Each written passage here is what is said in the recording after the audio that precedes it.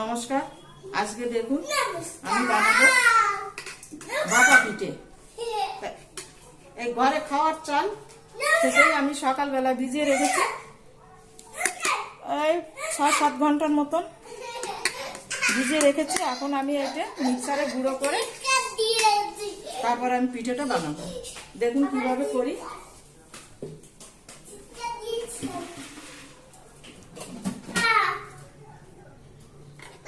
ভিজিয়ে আমি ঝরা দিয়ে রেখেছিলাম, ৪-৫ ঘন্টা ভিজানোর পরে জরা দিয়ে রেখেছিলাম।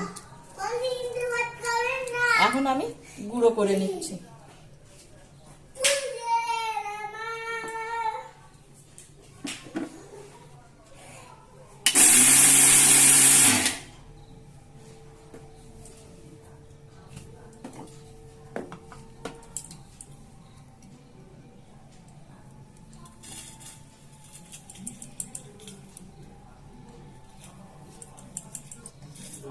দেখুন আমি এটা টালবো না,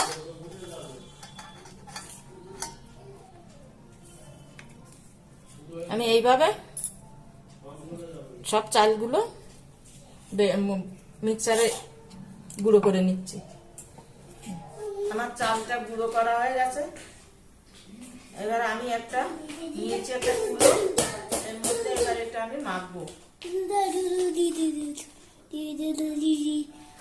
আমি দিচ্ছি অল্প একটু নুন,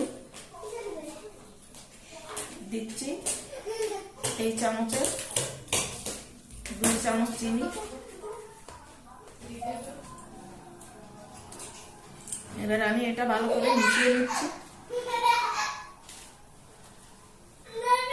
এবার আমি অল্প অল্প জল দিয়ে একটু মিশিয়ে নেব।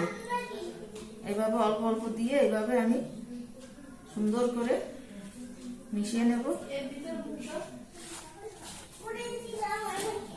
আমি আর জল দেব না,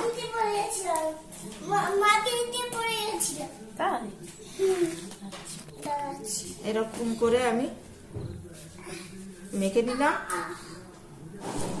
দেখুন প্রেসারে আমি এই প্রেসার কুকারটায় আমি জলটা অনেক আগে বসিয়ে দিয়েছি, জলটা ফুটে গেছে। আমি এবার সিটিটা খুলে নিচ্ছি।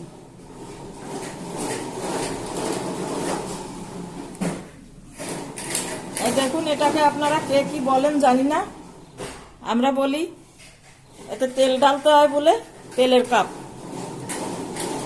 আমি এইটা এখন এইভাবে বসিয়ে দেব।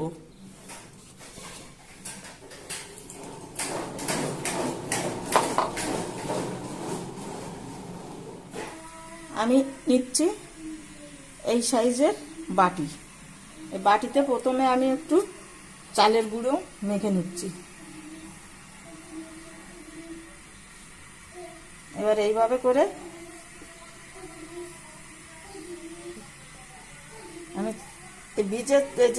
যে চালের গুঁড়োটা আমি চিনি দিয়ে নুন দিয়ে ভিজে নিয়েছি, সেই চালের গুঁড়োটা দিয়ে দিচ্ছি একটু নারকেল, একটু গুড়,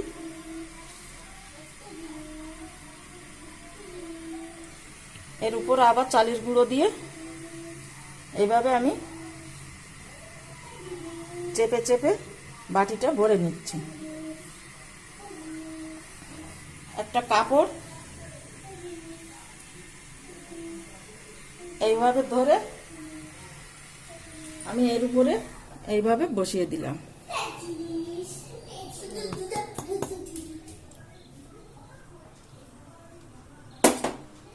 এই কাপড়টা দিয়ে আমি এইভাবে ঢাকা দিয়ে দিচ্ছি।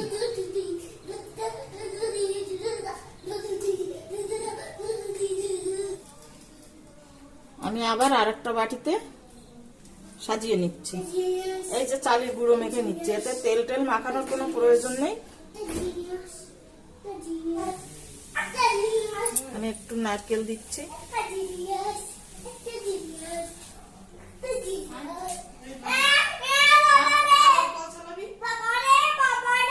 আবার গুড় দিলাম। দেখুন এই পিঠেটা আমার হয়ে গেছে, আমি নামিয়ে নিচ্ছি। আমি আর একটা বসিয়ে দিয়ে ওটা খুলে দেখাচ্ছি।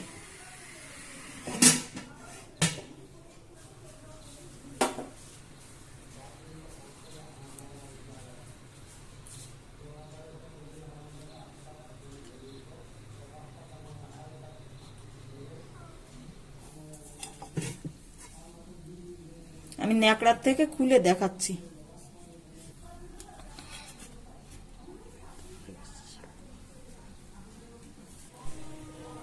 আমার এটাও হয়ে গেছে, কারণ এ বানাতে বেশি সময় লাগে না, 2 মিনিটের মধ্যে হয়ে যায়। এর তাপটা সম্পূর্ণ পেয়ে যায়, তার জন্য তাড়াতাড়ি হয়ে যায়।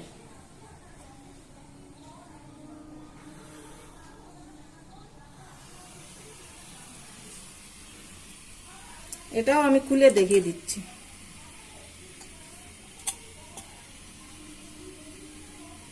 দেখুন কত সুন্দর হয়েছে। আমি এই আর একটা দিচ্ছি।